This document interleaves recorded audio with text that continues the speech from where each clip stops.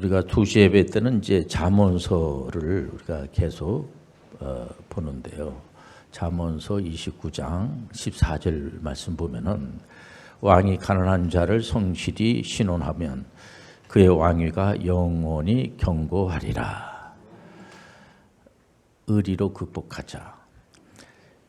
우리가 믿는 삼일째 하나님은 이런 하나님이 없어요. 보통 이제 우상 숭배하는 그런 사람들하고는 완전히 다릅니다. 우상하고는 어떻게 신이 피조물을 위해서 죽을 수가 있습니까?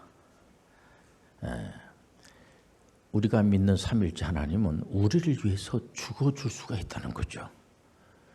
그러니까 무슨 얘기냐면은 우리와 하나님과 관계는 어떤 그런 종교적으로 신이 아무래도 피조물을 신 앞에 와가지고 이렇게 몸을 조아리면서 이런 거 저런 걸 해결해 주세요 이러면은 그 신이 어떤 신이든지 간에 힘이 세야지 되지 않겠습니까? 뭔가 능력이 있어야지 되고 뭔가 이렇게 빌면은 도와줄 만한 어떤 그런 능력이 있어야지만 신이라고 하는 이제 그 신으로서의 역할을 하는 거죠. 근데 우리가 믿는 하나님은 그런 식으로다가 예를 들어서 막 도 닦는 식으로 네가 도를 닦고 이렇게 하고 열심을 냈으니까 내가 이런 걸 해준다. 이거는 의리라고 할 수가 없어요. 오늘 그런 거 아닙니까? 어떤 왕이 이런 백성들에게 잘해주는 겁니다.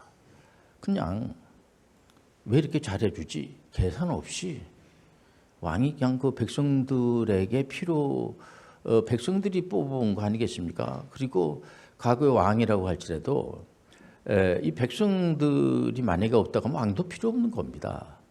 그렇기 때문에 왕이 이제 백성들에게 잘해주면 그런 백성들이 참 좋아하고 더 열심히 일해서 그 나라가 더 부흥이 되고 안전해지게 되고 그러니까 그 구약의 역사에서도 보면은요 어느 왕은 자꾸만 이렇게 이제 그 나이 드신 분들의 그런 말을 잘 안 듣는 겁니다. 내가 왕인데 내 괜히 나이 드는 사람들 그런 얘기 뭐 들을 필요가 있어? 안 듣는 겁니다. 그러니까 이거를 이렇게 좀 융합을 한다든지 연세 드신 분들 이렇게 육신의 아버님 생각을 하면서 듣고 나이가 어린 사람들 얘기도 이렇게 뭐 참고로 듣고 그렇게 해가지고 이렇게 좀 조율을 해가지고 오늘 뭐 그런 얘기 그 설교입니다. 이게 뭐냐면 너무 특히 잘 이렇게 하나님께 영광을 드리고 엄청난 축복을 받고 지혜의 왕이라고 하는 솔로몬 같은 경우에 보면은요 하나님께서 신앙생활도 잘하고 또 하나님 앞에 구하고 구한 거 내가 다 들어주지 해가지고 솔로몬만큼 지혜로운 왕이 없어요. 근데 이분이 하나님을 결정적으로 배반하지 않습니까? 우상숭배하는 겁니다. 그 우상숭배가 바로 우상숭배가 되는 것이 아니고 자기 나름대로 보니까 이게 하나님의 영광을 위해서 주변에 있는 나라들하고 화친을 맺고 특히 애굽의 그 공주 이런 사람하고 잘 이렇게 관계를 맺으면 막강한 힘을 가지고 있고 또 엄청난 그런 그 재산이라든가 이런 것이 있기 때문에 좋은 관계를 맺자고 한 건데 이게 만만치 않아요. 이방 여인들이 자기들이 믿는 신들이 있단 말이에요. 우상을 가지고 오는 겁니다. 그 우상을 가지고 온 사람들을 어쨌든 여호와 하나님을 믿게끔 해야지 되는데 아예 자기가 하나님을 저버리고 우상을 만들어 놓고 다 절을 하고 그래가지고 나라가 두동강이가 되고 큰 어려움을 당하고 그렇지 않겠습니까? 그럼에도 불구하고 우리 하나님께서 솔로몬 때에 나라를 2개로 나눠버리려고 하다가 이런 말씀을 줍니다. 내가 니네 아버지 때문에 다윗, 아버지는 다윗을 말하잖아요. 다윗이 그 일편단심의 신앙, 우리가 믿는 신앙은 여호와 하나님 우리가 신앙생활하는 것은 우리가 뭐 막 힘세지려고 막 능력자가 되려고 뭐 난리법석을 쳐가지고 여러분들 아예 하나님의 영이 우리 가운데 임재한 거예요. 우리 하나님은 눈에 보이지 않지만 실존하시고 은혜로 인도해 주시고 우상하고는 완전히 다릅니다. 우리 하나님은 근다고 그래가지고 돌아가신 분이 아니라 살아계시고 돌아가시지도 않으시고 24시간 우리를 돌봐주시고, 우상은 달랑 가가지고 이거 해주세요, 이거 안 해주면은 몰록신에 대해서 왜 자꾸만 이렇게 그건 솔로몬까지도 그런데 빠져버리고 마는 거예요 보면. 그러니까 우리가 이런 문제를 우리가 해결하려면 어떻게 하면 할 수가 있는가? 마귀들은 감정을 건들죠. 선악을 알게 하는 나무의 열매를 먹으면 네가 하나님이 되는 거야. 네가, 여러분들 선악을 알게 하는 나무의 열매를 안 먹는 게 우리한테 유익이 있는 거예요. 하나님이 하신 말씀은 다 옳은 말씀이에요. 근데 마귀는 감정을 건들거든요. 감정을. 지금 사실상 이 상황이 뭐 여러 이제 그며칠 안에도 제가 중국에서 온 선교사님이 이제 물어보니까 중국에서도 아이들한테 이렇게 뭐 야단을 친다든지 또 이렇게 뭐 체벌을 한다든지 그러면 안 된다고. 과거에는 이 근대 교육의 특징이 뭐냐면요, 아이들을 훈계 바르게 잡아주기 위해서 이제 체벌을 용납했던, 용인했던, 그래서 사랑의 매라든가 사랑의 몽둥이 이런 게 있었단 말이에요. 그래서 학교에서 특히 이 고등학교 학생들은 선생님들이 무섭게 다뤘습니다. 그래서 많이 매를 맞고 하는 것이 영화에서도 많이 나오고요. 실제적으로 그런 일들이 다반사였다는 겁니다. 그러면서 사실상 이렇게 매를 맞고 이렇게 이제 자란 분들이 나이를 먹은 거예요. 그럼 맞으면서 뭘 생각을 했겠습니까? 이건 아니다 말이야. 그래서 사실상 오늘날 와가지고 선생님들이 상당히 힘든, 요즘 한동안 이 선생님들이 이 직업 선호도에서 항상 우위에 있었어요. 너 앞으로 직업을 선택하면 어떤 직업을 선택할 거야? 전 선생님 할 겁니다. 섬마을 선생님. 이미자 씨가 섬마을 선생 불러가지고 모든 선생님들은 섬마을 선생님 모르는 사람이 없어요. 다 꿈이 아니겠습니까? 근데 요즘 뭐 이제 한간에 지금 언론에도 참 나오고 지금 광화문에 뭐 엄청나게 많은 선생님들이 모여가지고 이거 참 너무 힘들다 말이야 이게.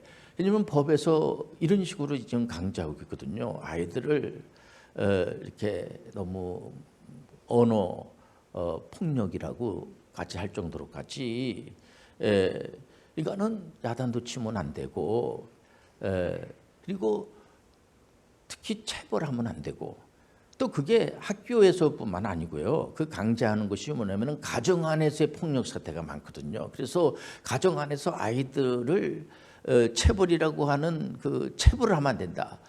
훈계, 교육을 훈계의 목적으로 좀 기다려주고, 그러니까 연구를 좀 많이 하지 않겠습니까? 이 점진적인 지금 이제 시간이 좀 필요해요. 우리가 단번에 그냥 뭐 아이들을 야단치지 않고 그냥 내버려 두면 된다. 이렇게 해서 우리가 선진국이 되려면 또 OECD 10위권 안에 들어가는데 그러려면 문화적으로 아이들을 그런 식으로다가 막 욱박지르고 막 그러면 되겠습니까? 군에서도 군에 나라 애국회로 갔던 그런 젊은이들이 훈련받다가 막 구타를 당해가지고 뭐 상당히 힘들어하고, 저도 이제 군 생활을 하면서 늘 제 마음속에 야 이건 아니다 이거 부타가 너무 심한 겁니다 보면은. 그러니까 바르게 잡아준다고 하는 그런 미명 아래에 그런 분들이 산업시대의 사람들은, 아마 농경시대에 있는 그런 할아버지들은 제가 이런 설교하는 거에 대해서 다 공감을 하고 있는 겁니다 이게. 그러다 보니까 요즘은 이제 교관들, 훈련 가리키는 교관들이나 또 이 가리키는 선생님들이 굉장히 힘들어하는 이제 그런 상황에 있었거든요. 이런 상황에서 우리가 갑자기 우리가 코로나19 바이러스 팬데믹으로 인하여서 전 세계가 마스크를 쓰고 몇 년 동안 무역이 안 되는 겁니다. 이거 우리 그 나라 하나만 잘 되면 되는 게 아니고 이게 다 연결이 돼 있어가지고요. 좀 이번 기회를 통해서 전 지금 80억에 살고 있는데 이분들이 우리가 혼자만 이렇게 잘 살라고 노력해서 되는 게 아니구나. 이 바이러스라고 하는 것이 말이에요. 이게 어떻게 어디서부터 발생이 될지도 모르고 이게 어떤 경로로 들어가 될지도 모르고 이건 모든 우리 80억이 전부 다 하나의 마음을 가지고 정말 의료 선교사들이 많이 나와야지 돼요. 우리가 이런 문제를 가지고 기도도 하면서 그래서 WHO에서도 세계보건기구에서 건강의 정의를 저는 건강한 사람이야.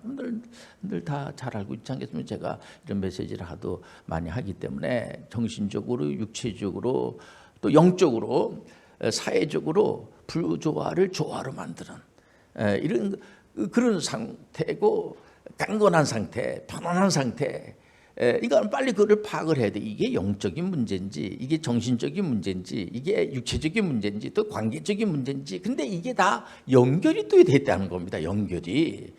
그리고 나서 역동성을 말하는 거예요. 목사님, 저는 뭐 신앙생활도 잘하고 영적으로는 별 문제가 없고요. 또 저는 육체적으로도 이번에 신체 검사했는데 상당히 아주 건강하게 나와 있고 아무 이상이 없다고 나와 있고, 정신적으로도 저는 뭐 신경정신과라든가 이런 데 가본 적도 없고요. 저는 뭐 우울증 약을 먹은 적도 없고요. 또 관계도 뭐 우리 집안에서부터도 그리고 모든 관계가 잘 돼서 한 번도 뭐 싸워본 적도 없고 그렇습니다. 그로 끝나면 안 된다는 거예요. 역동성은 뭐냐면 뭘 일을 해내야 된다는 거예요.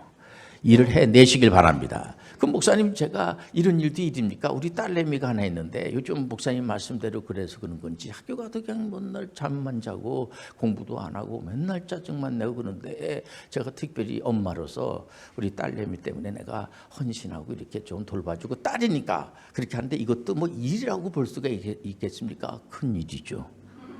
여러분들 항상 그런 일입니다. 그러니까 뭔가 우리가 이 땅에 와가지고 살아내야지 돼요. 그래서 참을 수 없을 때 한 번 더 참아주고, 오늘 의리로서 극복하자고 하는데 모델이 누굽니까? 예수 그리스도죠. 예수 그리스도는 아무 죄도 없는데도 불구하고 예수님은 일부러 십자가를 질 필요도 없는 분입니다. 근데 타인을 위해서, 우리 타자구원이라고 하잖아요. 은혜가 뭡니까?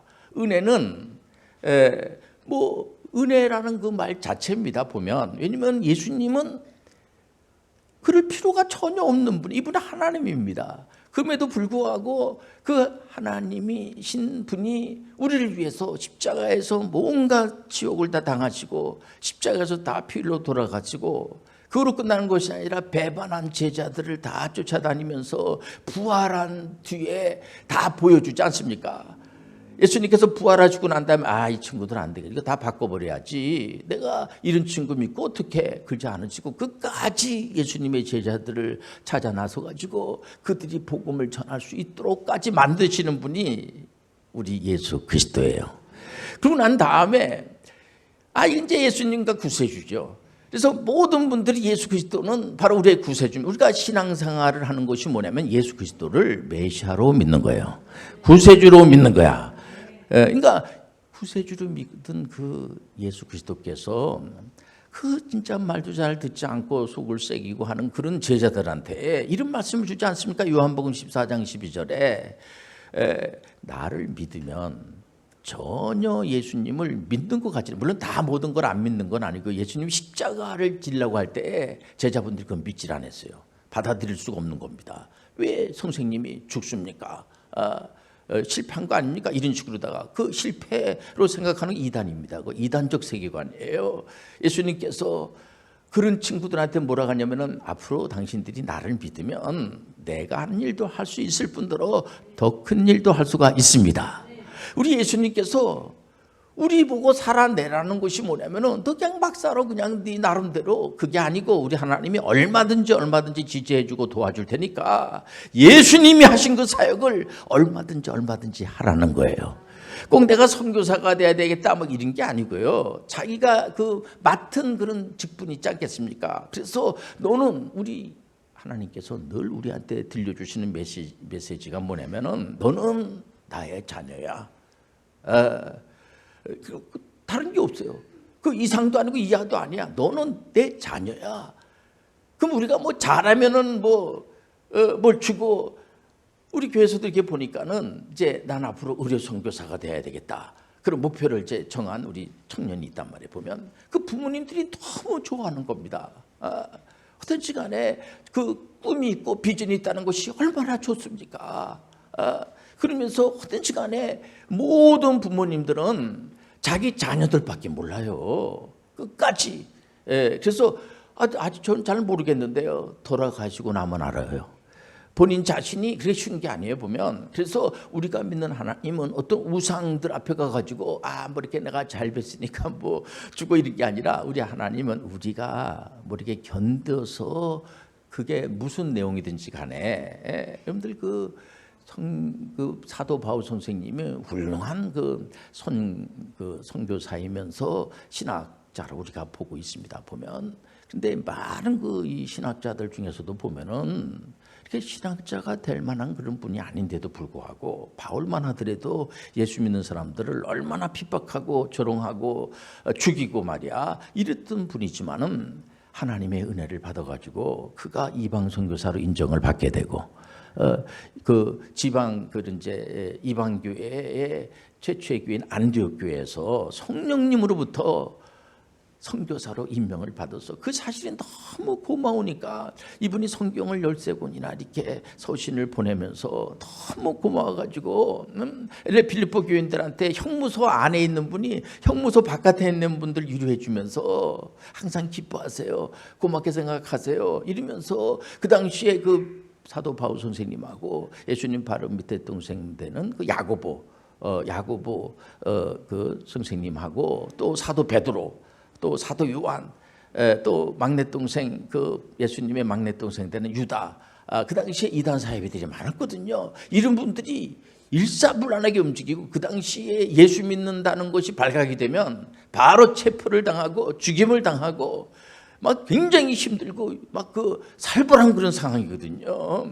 그러니까 이럴 때일수록 서로 핑계대고 싸우고 이럴 수 있는데 그렇지 않고 이럴 때일수록 더 기뻐하고 우리가 서로 사랑하고 이럴 때일수록 서로 우리가 도와주고 격려해주고 말 한마디라도 더 이쁘게 하고 주도적인 어떠한 그런 마음을 가질 수 있도록 요즘 아이들도요 다들 훌륭해지고 싶어요. 훌륭해지고 싶지 않은 학생은 한 사람도 없어요. 그렇기 때문에 얼마든지 참아주고 또 선생님들 또 안 한다고 하면 어떡하겠습니까? 여러분들 이 시간에 여러분들 우리가 눈치가 있어야지 돼요. 이런 분위기에서는요 선생님들을 배나 존경하시길 바랍니다. 그래서 어쨌든 간에 선생님이 없으면 어떻게 해야 되겠습니까? 그리고 요즘 상담하는 분들도 힘들어한다. 상담이 다른 것이 아니라 그 사람이 안 좋은 생각을 가지고 있는 것을 자꾸만 끄집어서 여러분들 쓰레기통에다가 집어 넣어주는 역할을 하는 거예요. 그런데 그 사람이 상담받고 난 다음에 온갖 안 좋은 거 전부 가지고 가게 되면 안 되지 않습니까? 깨끗하게. 여러분들 예수 그리스도의 말씀을 들으면 깨끗해지는 거야. 주홍빛 같은 붉은 죄도 눈과 같이 희게 도와주시고 요즘 강조하는 것이 뭐냐면은 개인정보 비밀이라는 것이 개인정보 이런 게 있습니다. 그래서 요즘 한간에 그런 내용이 많이 나오지 않겠습니까? 과거에는 뭐 그런 거 별 이제 법으로 강제하기 전에는 근데 법으로 지금 강제하고 있어요. 남의 어떤 주민등록증을 자꾸만 이렇게 번호를 자꾸만 이렇게 수집을 한다든지 다른 사람들이 어떤 그런 질병이라든가 이런 것까지 사상이라든가 이런 거 자꾸만 수집을 해가지고 다른 사람들한테 안 좋은 얘기 자꾸만 하고 좋은 얘기만 하면 얼마나 좋습니까? 그렇기 때문에 우리가 이걸 법으로 강제하는 것이 뭐냐면은 이제 어느 정도 위험 수위에 있다는 거죠, 보면. 그래서 지금 이게 격변기를 지금 통과하고 있는 그런 가운데서 많은 상담사들이 필요합니다. 근데 사람이 사람을 상담한다는 거 쉽지 않아요. 위대한 상담자는 보혜사 성령님이에요. 성령께서 우리를 위로해 주시고 푸른 초장으로 인도해 주시고 다윗의 고백이 그렇지 않습니까? 하나님을 항상 목자로 비유하고 자기는 양으로 양에게는 목동이 필요하거든요. 그래서 나는 부족함이 없습니다. 푸른 초장으로 그분께서 인도해 주시고 쉴만한 곳에 쉬게 해 주시고 여러분들 아무리 힘들어도 우리 하나님께서 우리를 돌봐주시고 위로해 주시고 여러분들 그분 예수님의 이름으로 얼마든지 내 어려움을 기도해도 되겠습니까? 그럼요. 얼마든지 기도할 수가 있어요. 그다 기도했으니까 됐다 그러지 말고 여러분들이 그분의 그 원하는 거를 여러분들이 해내시길 바랍니다. 그래서 목사님들이 늘 설교가 뭐냐면은 그 아브라함을 믿음의 조상으로 선택하고 난 다음에 그리고 나서 그 복의 근원으로 축복해 주지 않겠습니까? 복의 근원으로 축복해 주시고 난 다음에 그냥 너는 복의 근원이야 그러지 않고 가나안 땅까지 가라고 하지 않습니까? 나중에는 가나안 땅을 정복하라고 해서 여호수아가 정복하지 않습니까? 여러분들이 복의 근원인 거예요. 여러분들이 가는 곳마다 복을 나눠주고 우상을 멀리하고, 그러니까 우리가 전혀 손해될 일이 없는 겁니다. 이 땅에 온 목적은 하나님의 사랑을 받아서 우리가 예수 그리스도를 믿기도 전에 2000년 전에 우리가 2000년 전에 안 태어났잖아요. 그때 벌써 우리를 사랑하셔서 우리는 얼마나 사랑을 받은 존재인지 몰라요. 정말 악한 것들이 머리털 하나 건들 수가 없고, 그래서 우리가 실천을 한다고 하면은 다른 것이 아니라 내가 엄청난 사랑을 받은 자처럼 살아가기 위해서는 목사님 그러면 참으면 됩니까? 맞아요. 이건 도대체 못 참을 것 같은데요. 그래도 참아야지 돼요. 근데 난 진짜 못 참을 거야.